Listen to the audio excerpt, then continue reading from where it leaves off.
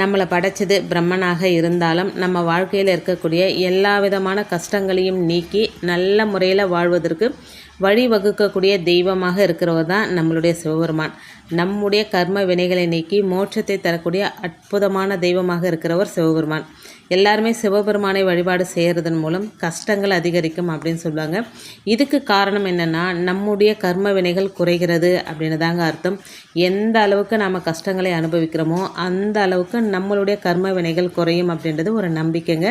நம்முடைய கர்ம வினைகள் குறையும் போது நம்முடைய வாழ்க்கையில் அடுத்த கட்ட முன்னேற்ற நிலையை நம்ம அடைவதோடு கடைசியில் மோட்சத்தை அடைவோம் அப்படின்றது தாங்க விதி. அதனால் சிவபெருமானை வழிபாடு செய்கிறவங்களுக்கு அவங்களுடைய கடைசி காலத்தில் மோட்சம் அப்படின்றது கண்டிப்பாக இருக்குங்க. இதில் எந்த வித மாற்று கருத்துமே இல்லை. சிவபெருமானை வழிபாடும் போது அவர் ஒருபோதும் நம்மளை கைவிட மாட்டார் அப்படின்றது நிதர்சனமான உண்மைங்க. ஓம் நம சிவாய, சிவாய நம.